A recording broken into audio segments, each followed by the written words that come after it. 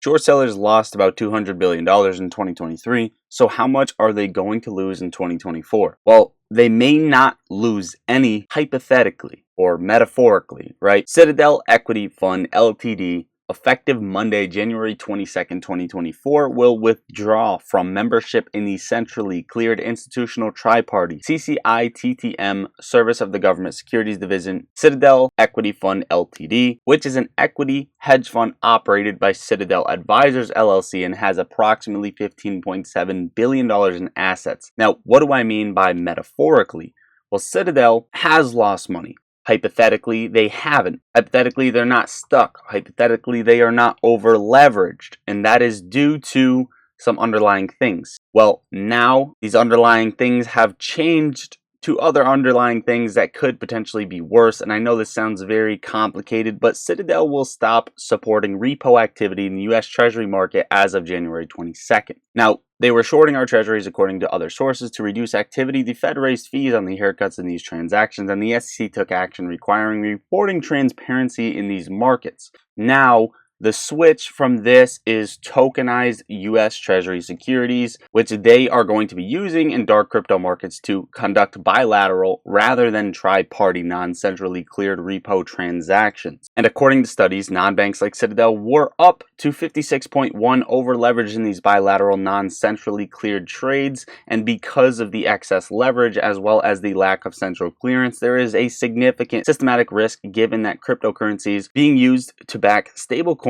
that they are being cleaned up to pump the Ponzi. These tokenized treasuries will likely also be rehypothecated as collateral in the cryptocurrency space, with the new approvals securitizing everything from US treasuries to mortgages to retirement accounts and stocks. Citadel Securities is now going to use cryptocurrency to evade the laws and over leverage themselves, potentially even worse than they already have been. Now, I find this hilarious, and before we get into the charts, I wanted to cover it. This Friday is National Popcorn Day, and AMC is basically giving unlimited free popcorn, and this article, there's literally an article trying to push that this is a bearish scenario and that this is really bad. AMC as a company are scumbags because they are giving a 15-minute rule on refilling your popcorn.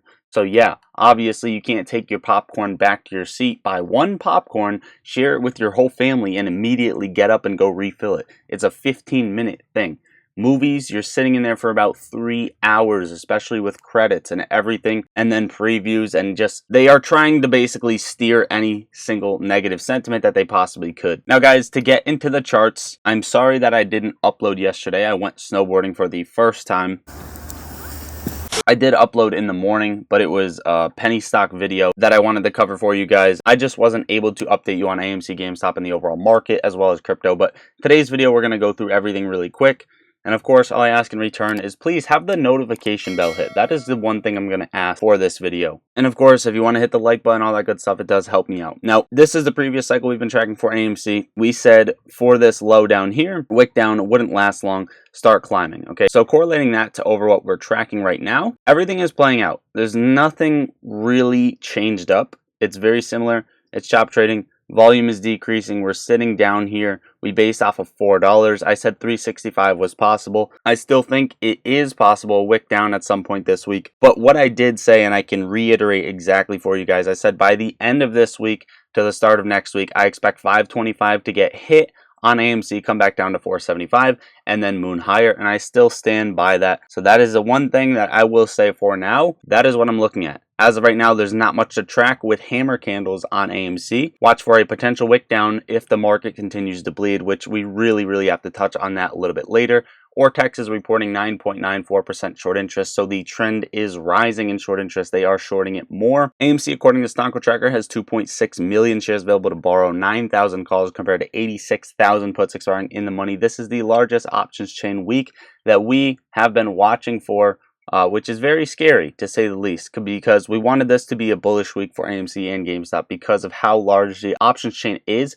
But all this premium is going to market makers as of right now, and the week is almost over. Short exempt volume 215, then 116,000. So it's getting lower and they're dropping less on it because of how low it is getting. GameStop $14.20, based very close to the levels that we wanted it to base at. It actually based at a better spot because this wick ended up basing at the bottom of the body of this candle instead of at the bottom of this wick, which shows slightly more strength than it would have if we tested this wick, because then we would have been looking for a breakdown. As of right now, we have another day breather. Again, GameStop has a little bit of a gap to the upside to around $14.75, but it also has a gap very, very large to the downside around $3. And I don't think that is the scenario as of right now. As of right now, GameStop is still technically in a bullish trend. Higher highs, higher lows, looking for another breakout over this. GameStop also has 250,000 shares available to borrow, 6,000 calls compared to 33,000 puts expiring in the money, and 407,000 calls expiring out of the money. Premium going to market makers, not a good sign to see. Short exempts 11,000 to 3,000. Same thing with AMC, they are slowing down. Now, the Fed is about to cut rates in March. At least that is what everyone is expecting, and that if that doesn't happen, the market is going to go extremely red in my opinion. And we also have Reddit reportedly seeking to launch an IPO in March. Now, if the Fed does cut rates, and if they do potentially cut rates by 0.5, that would be extremely, extremely bullish. Either way, bullish if they cut rates. Also, if Reddit IPOs in March while the entire market is going bullish, this is going to be a beautiful thing to see, not only for AMC and GameStop, but as for Reddit as well as the overall market. You're going to see short sellers getting squozed out of a ton of positions, including crypto, and we're going to talk about that later on in the video. However, if they don't cut in March, there's a lot of red in the market and these stocks are tanking. You're going to see them short the absolute ape nuts out of Reddit. So just be aware of that. Be very, very careful touching the Reddit IPO. A couple things I wanted to put on your radar. Taiwan Semiconductor gapped up on earnings, tested the 618 on the fib. Now there is a large gap fill to the downside coming back to the 0.5 on the fib. I wouldn't enter yet. Just keep it on your radar. DWAC going crazy. Trump has been putting his stance on a couple of things. Testing these levels once again. Keep DWAC on your radar,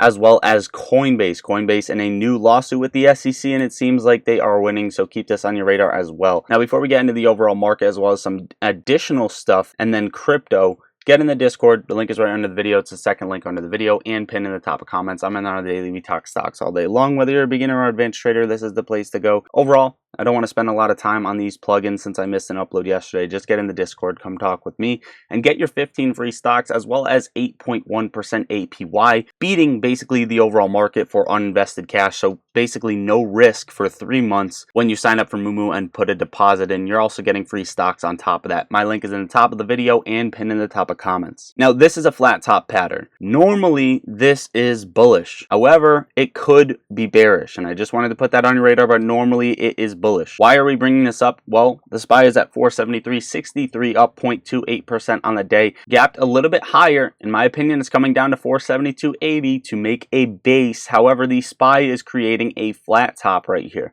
Normally, like I said, bullish scenario, and coming into early February, we would look for a break higher or lower on the SPY, and the break would be above 480. That is essentially what we'd be watching, and if the SPY wanted to break below and out of this flat top pattern, which it could extend a little bit, I'm just using this trend line as a guide right now because it has a few touch points. I'd watch for anywhere in this zone between 460 and 455, okay, for the SPY to trail down to. Bearish case scenario.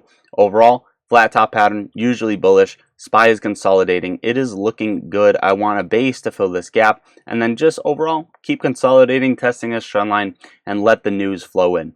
Now, some things that are, of course, affecting the market. War. Yemen confirms that they are now in direct confrontation with the US and the UK. War is never good for the market. And Chinese authorities apparently have told institutional investors not to sell stocks, which is a good sign for the market. Tesla, I'm not going to touch on this too long, broke below into this channel. Very scary thing to see. We do have this one last faded blue trend line right here. Weak support. Said if Tesla comes into this zone, I would be worried, and I am slightly worried, still holding all of my positions. Either way, earnings is the 24th, so Tesla, in my opinion, is just going to chop trade kind of get a negative sentiment until we get there. Taking a look at the previous cycle, when Tesla dipped right here, it didn't break back into this channel way down here like it did just now. So it is bearish as of right now on the technical side of things. Bitcoin, really not much happening, still consolidating, still holding its levels. And speaking of Bitcoin, apparently Bitcoin is triggering the golden opportunity for short sellers. And I just wanted to talk about how I read through this, and if short sellers are shorting Bitcoin and Bitcoin is not really having a negative impact on this, like the price isn't reflecting how much shorts are actually shorting it, I just wanted to say that if short sellers short Bitcoin, that is the most dangerous thing you could possibly do. Everybody knows about Bitcoin. Your grandma probably knows about Bitcoin, right? It sounds like short sellers are just begging to get squoze out of positions in 2024. Now, Mara, we talked about Mara. It broke below the demand zone. It is a bearish sentiment as of right now, really bearish. Riot already not looking good. If we break under the 786 fib on Mara, which is under 1665, I'd watch for a break all the way down to about $14.90. Overall, guys, that is what I got for you for today's video. Hopefully you enjoyed watching or found value out of the video. Make sure to subscribe, hit the like button on your way out, get in the Discord, get your free stocks by signing up and making a deposit into Moomoo. And if any of you guys have signed up, make sure to deposit. That is it. I love you all. Lottery Stocks out.